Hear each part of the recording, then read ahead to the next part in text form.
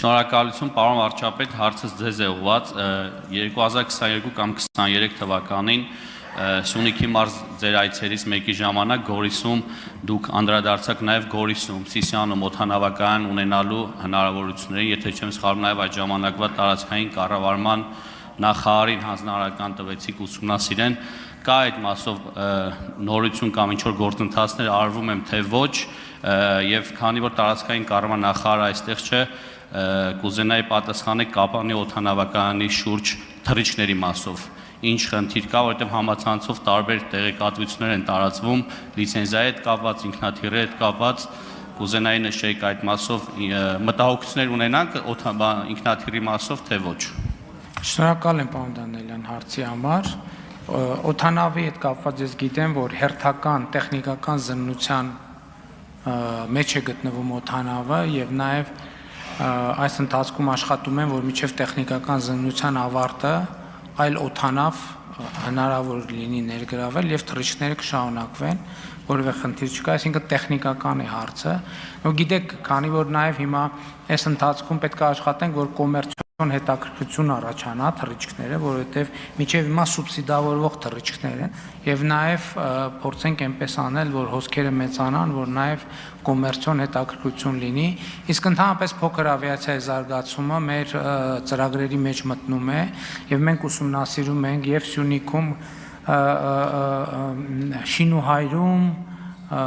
Սիսիանում, Ստեփանավանում, Գավառում օդանավակայաններ կան, Բերդ խոշորացված համայնքում եւ մենք նայում ենք, թե ինչ հնարավորություններ կարող են այդտեղ լինել եւ անպայման այդ ուղղությամբ աշխատանքներ կանենք եւ իրականացվում են, այսինքն ուսումնասիրության փուլում են եւ այդտեղ իմիջիալոց փորձ են անում նաեւ մասնավոր ներդրողների ներգրավել, բայց ես համոզված եմ, որ այդ ուղղությամբ մենք աշխատանք կիրականացնենք։ Ես ուզում եմ նախորդ հարցը, բայց օգտվելով առիթից, նախորդ հարցը պատասխանից մեկին անդրադառնալ, երբ որ խոսքը գնում է աշխատավարձերի եւ նվազագույն աշխատավարձերի մասին, ես այսօր առավոտյան առիթ ունեցա ցույց տալու Հայաստանում աշխատավարձերի աճի տեմպերը եւ ցույց տալու, որ ավելի քան 76%-ով Հայաստանում միջին աշխատավարձը աճել է։ Բայց վերջին տվյալներն եմ ուզում ներկայացնել 2025 թվականի, որ Հայաստանի Հանրապետությունում ուրեմն մինչև 150,000 դրամ աշխատավարձ ստացողների թիվը նվազում է, իսկ 150-ից վերև աշխատավարձ ստացողների թիվը աճում է։ Այսինքն ես նկատի ունեմ մեր կառավարության քաղաքականությունները, մենք ընդհանրապես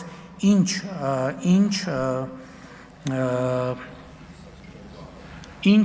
քաղաքականություն ենք վարում։ Մենք նաև մեր ծրագրերին մեր մոտեցումը հետևյալն է, որ մենք որոշում ենք կայացրել, որ մենք ֆորմալությունները փոխարինելու ենք էություններով։ Այսինքն ֆորմալ հիմա տեսեք նույն այսօր ցերեկը թոշակների հետ կապված խնդրին անդրադարձա, բայց մենք հիմա առողջապահության ապահովագրության մեկ միավոր գումարը կենսա թոշակառուների համար նախատեսված ավելի մեծ էֆեկտիվությամբ ենք ծախսում եւ միջինում թոշակառու նպաստառուներին վերադարձնում ենք շատ ավելի մեծ գումար, քան թե ամեն ամիս մենք կարող էինք իր դրամապանակին կամ քարտի մեջ դնել։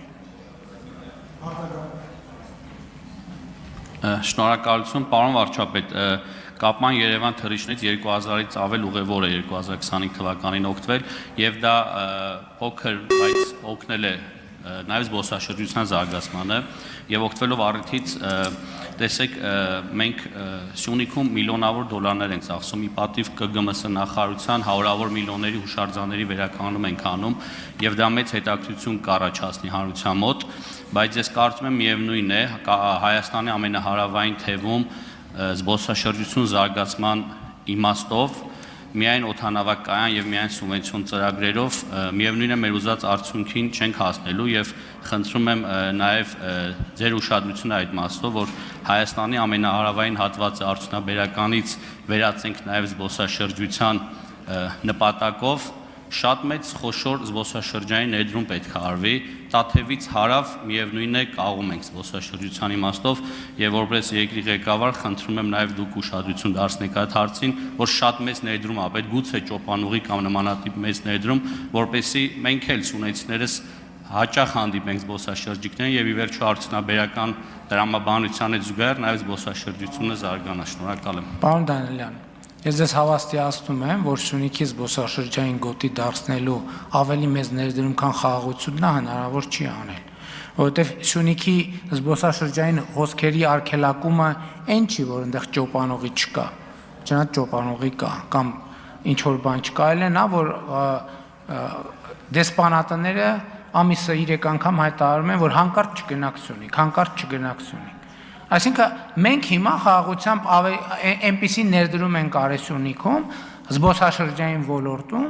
որը 20 ճոպանուղի էլ կառուցեն, այսինքն 20 ճոպանուղի կառուցելու հնարավորություն ենք տվել եւ ավելի մեծ ներդրում պարզապես զբոսաշրջան եւ Սյունիքում եւ Հայաստանի Հանրապետությունում ընդհանրապես հնարավոր չի պատկերացնել։ Էլ չեմ ասում, որ ինչպես ինքներդ նշեցիք, տասնյակ միլիոնավոր դոլարների, միլիարդավոր դրամների ներդրումներ են արել ճանապարհների վերականգնման հարցում, այդ թվում զբոսաշրջային ուղղությունների զարգացման, բերդեր են պեղվում, նորոգվում, պատմամշակութային հուշարձաններ են նորոգվում եւ այլն եւ այդպես շարունակ, բայց եկեք մի բան արձանագրենք, առավել եւս ու հատկապես Սյունիքի պարագայում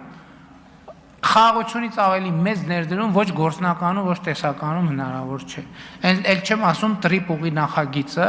որը իր հերթին բերելու է եւ տնտեսական եւ զբոսաշրջային հոսքեր եւ ներդրումներ։ Խոսվեց Եվրամիության խոստումների եւ ներդրումների մասին։ Մենք պարոն Գրիգորյան 80 միլիոն եվրոյի չէ Սյունիքում ծրագիր ենք անում Եվրամիության ինչքան 50 միլիոն եվրոյի դիմակայուն Սյունիք ծրագրով, էլ չեմ ասում բաներով,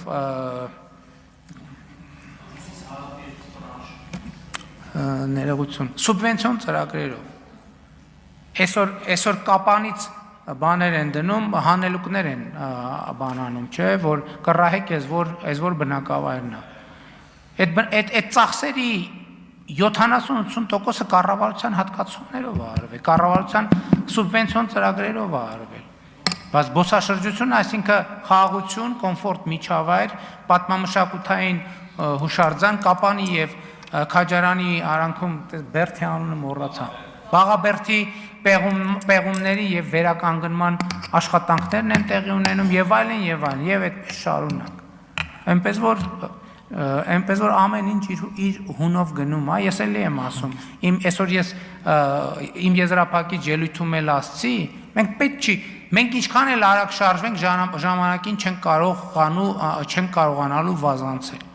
Ես հիմա ամեն ինչ վստահությամբ ասում եմ, որ եւ Սյունիքում, եւ Տավուշում, եւ Երևանում, եւ Արարատում ամեն ինչ գնում է